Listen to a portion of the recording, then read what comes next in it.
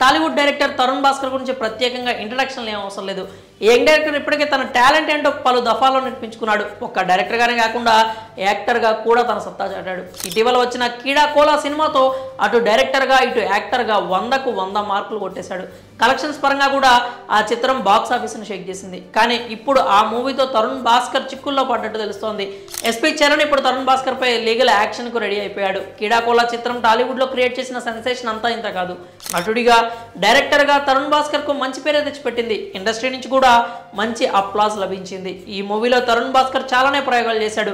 అందులో AI technology వాడి legendary singer SP Balasubrahmanyam వాయిస్ని రీక్రియేట్ చేయడం కూడా ఒకటి అని చెప్పాలి.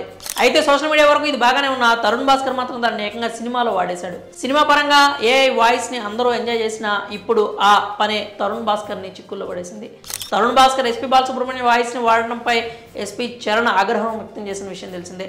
తమ కుటుంబం అనుమతి లేకుండా తరుణ్ భాస్కర్ ఎస్పీబీ వాయిస్ని వాడడంతో ఆయన ఆగ్రహం వ్యక్తం చేశారు. ఇప్పటికే లీగల్ నోటీసులు కూడా పంపారు. తాజాగా ఎస్పీ చరణ్ లాయర్ ఈ వివాదంపై స్పందించారు.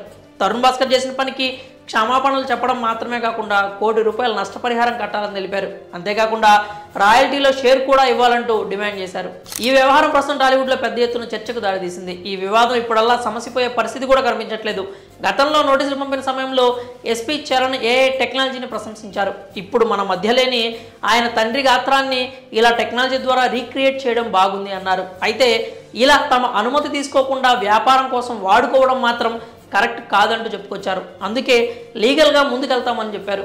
మరి ఈ నష్టపరిహారం రాయల్టీలో షేర్ వంటి డిమాండ్లపై తరుణ్ భాస్కర్ ఏ విధంగా స్పందిస్తాడో చూడాలి. ఎస్పీ చరణ్ నష్టపరిహారం డిమాండ్ చేయడంపై మీరేమనుకుంటారో మీ అభిప్రాయాలని కామెంట్స్ రూపంలో తెలియజేయండి.